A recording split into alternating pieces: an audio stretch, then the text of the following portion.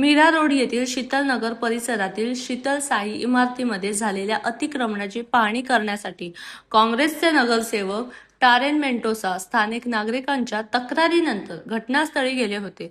यावेळी इमारतीच्या मागील बाजूस असलेल्या शाही हॉटेलच्या स्वयंपाकघरावर त्यांची नजर पडली।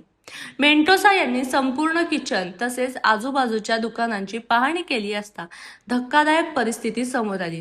त्यांच्या म्हणण्यानुसार शाही हॉटेलच्या किचनमध्ये सर्वत्र अस्वच्छता पसरलेली होती। फ्रीज, अन्न तयार करण्याची जागा तसेच स्वयंपाकघरातील विविध भाग घाणीने भरलेले होते। याशिवाय हॉटेलमध्ये काम करणाऱ्या कर्मचाऱ्यांसाठी असलेले शौचालयही अत्यंत अस्वच्छ असून तेथून दुर्गंधी येत असल्याचे त्यांनी सांगितले।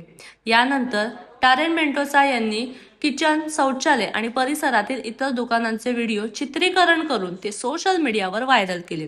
तसेच त्यांनी या प्रकरणाची तक्रार मीरा भाईंदर महापालिका आणि महाराष्ट्र अन्न व औषध प्रशासन मुख्य आयुक्त तथा वरिष्ठ IAS अधिकारी तुकाराम मुंडे यांच्याकडे केली आहे। मेंटोसा यांनी आरोप केला आहे की शाही हॉटेल अस्वच्छता वातावरणात तयार करून ग्राहकांच्या आरोग्याशी गंभीरपणे खेळ करत आहे। पहिला मी वॉर्डमध्ये माझा दौरा चालू होता। म्हणजे डेलीचा सर्वे चालू होता। जेव्हा मी गेलो तिथे तर मी काय पाहिलं, किचनमध्ये वास, घाण, तिथे सगळे रॅट्स फिरत होते, फूडवरती सगळे बर्तन सगळे घाण। आमच्याकडे सगळे विज्युअल्स आहेत, ते सगळं आम्ही भरत सोनारेजीला दिलं। मी लेटर दिलं ॲज अ कॉपरेटर आणि मी मांग केली की एवढ्या घाणामध्ये जेवण बनतो, एवढ्या घाणामध्ये सगळे वेसल्स आहेत, तर लोकांच्या लाईफला थ्रेट आहे आणि लोकांना फूड पॉयझनिंग होणार, तर कोण त्याची जिम्मेदारी कोण घेणार? फूड डिपार्टमेंट कुठे आहे? FSSAI डिपार्टमेंटला मी टॅग केलं, आपले तुकाराम सरला मी टॅग केलं, त्यांना मी ईमेल पाठवलं, ते पण ॲक्शन घेतील। आपल्याला हे बंद करायचं आहे म्हणजे करायचं आहे।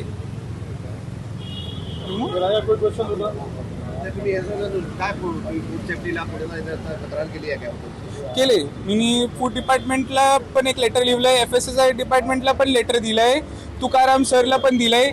त्यांनी सगळं सांगितलंय, त्यांना ईमेल पण पाठवलं, त्यांच्या हेल्पलाईन नंबरला पण फोन केलं की ते पण येतील आणि ते पण याच्यावरती कारवाई करतील। माहिती पण समोर होती की बिल्डिंग इनलिगल कब्जा केलेला आहे असं काहीतरी इथं आहे, असं तर आपण बघितलं, तेच तर पाहिलंय, याच्यावरती C1चा नोटीस आलं आहे या बिल्डिंग वरती, आणि तरी पण हे बिल्डिंग उभा आहे म्हणजे काहीतरी तुम्ही सोचा ना, असं कैसा उभा असणार?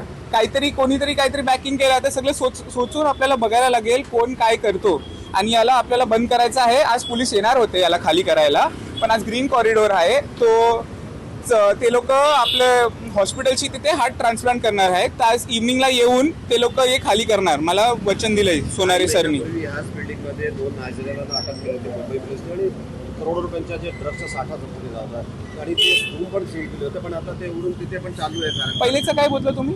ते ड्रग्सचा साठा इथे 2 नागरिकांकडून ते जप्त केला होता मुंबई पोलिसने, आणि ते रूम सील केले होते, पण आता ते सील तोडून तुझे काहीतरी कारभार चालू। बघा, मुंबई पोलीस म्हणजे किती मोठे ते लोक येऊन ते लोकांनी याच्यावरती कारवाई केली, ते लोकांनी सगळं सील केलं, तर सील उघडलं कैसं?